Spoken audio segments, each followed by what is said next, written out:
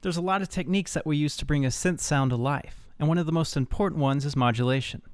Simply put, modulation adds motion to sound. So let's talk about how that works in Omnisphere through the really easy and very powerful FlexMod system. First, we'll hear what the default sawtooth wave sounds like.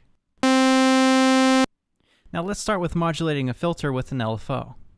I will turn on the filter and then right-click the cutoff knob, select Modulate, then Modulate with LFO.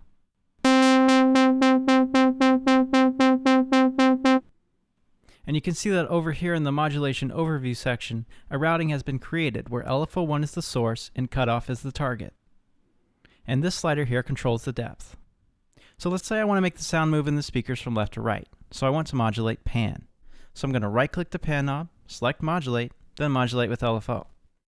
And now we've created a new routing.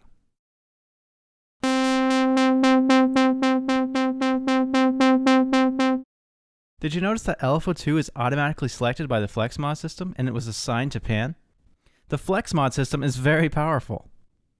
So now let's go ahead and assign a third modulation. Let's modulate hard sync with a mod envelope. Okay, so there's something really cool about how FlexMod handles the modulation target. It's called the target parameter. This parameter right here on our third modulation is the same exact parameter as the hard sync. So you can see here this moves when I'm moving the target parameter here in the mod overview. This is really helpful because if you're on some other oscillator subpage and you can't see that parameter in the edit page, you can always see it when you're working on your modulation. Another thing that's great about this overview area is that you can use this drop-down menu to see your routings. Here are the 3 routings that I've created, and I can easily jump between the different routings right from this menu without leaving the edit page. Check out how a green line shows up on any parameter that has been modulated, so I can see instantly that cutoff, hard sync, and pan are being modulated. You can also quickly see the modulation source for a given parameter. Right-click a modulated parameter and choose Show Modulation. This shows that the cutoff is being modulated by LFO1 in the FlexMod overview area. We can also see that pan here is being modulated by LFO2. The same menu will allow you to unmodulate parameters as well. So if I right-click hard sync, I can choose Unmodulate to remove the modulation on hard sync. Let's modulate the cutoff with more than one source. So let's modulate it with velocity too. If you choose Show Modulation, you'll now see a submenu showing the 2 different sources that are modulating this cutoff target. If you choose Unmodulate on a target that has multiple mod sources, it will clear all mod sources and you will get a warning letting you know this. Alright, so let's build a sound in Omnisphere using modulation. We'll start with a single sound source.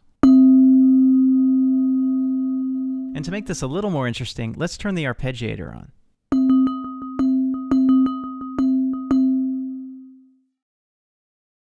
So let's start by modulating timbre with randomize.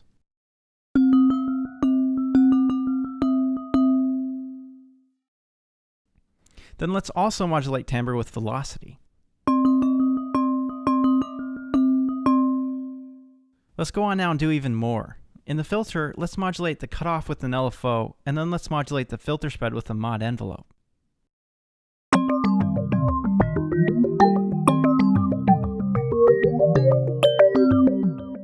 Okay, let's now tune in some FM just to give a little more richness to our sound.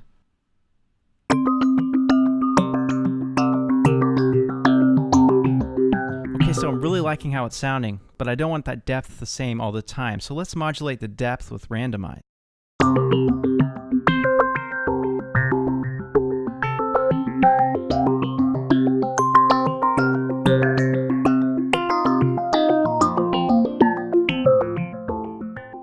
Okay, so for those of you ready to jump into the deep end of modulation, let's take a listen to this sound.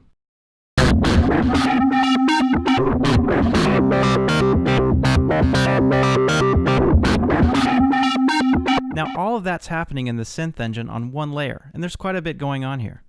So let's take a look at another powerful feature of Omnisphere, which is the modulation matrix zoom. We can get there by clicking this icon.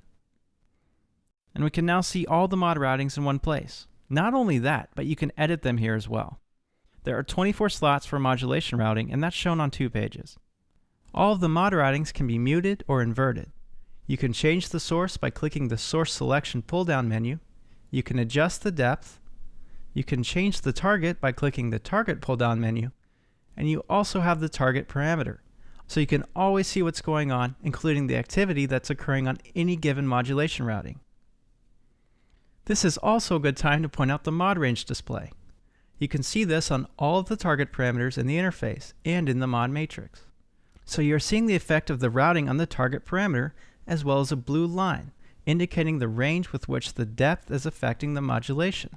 So if you keep your eye on the target parameter for FM depth, and I move the depth amount here, you'll see that the blue line changes length. That's so I can see exactly what's going on. If I change the actual value of the parameter, you can actually see that it's bipolar. So increasing and decreasing the depth directly affects the blue line. When you see the red dots, you will know that you have exceeded the range of modulation. So in real time, you can see the effect of your routing on the target parameter relative to the depth you assign. So I'll go ahead and mute all the routings in this layer and see what kind of sound we get.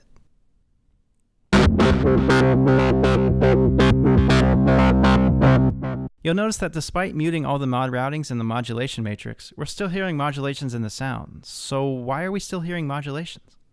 This is because there are dedicated modulations in Omnisphere. For example, the filter section has a dedicated envelope to the filter. That would be the filter envelope down here in the envelope section. Also, key tracking is dedicated. Velocity is dedicated in the envelopes area. So just remember that no dedicated modulations will show up in the modulation matrix.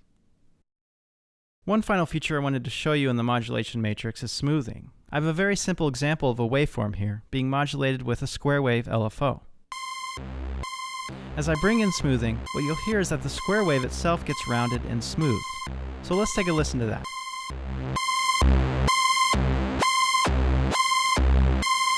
For those of you that remember lag processors and that type of thing, that's what smoothing is essentially doing. It's lagging the modulation source to the target.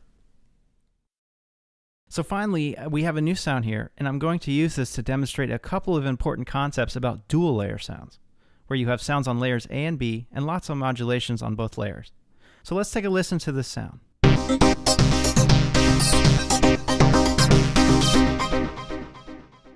When we go to the mod matrix, you'll notice there's a lot of modulation going on in the sound. And you'll see that some of them are bright and others are dimmed. This is because the mod matrix shows all the modulations that are occurring in a part. This allows you to see what is happening on both layers A and B at the same time. The bright font corresponds to the layer that is selected at the bottom of the mod matrix. Currently layer A is selected, so all the bright font routings correspond to layer A. All the dimmed mod routings correspond to layer B. If I switch to layer B, you can see that all the mod routings toggle. Now the bright fonts correspond to layer B. The modulation system in Omnisphere is incredibly powerful. I mean, it's really like having a modular synth without all those messy patch cables. There's more details available about modulation in the reference guide, so be sure to spend some time checking it out.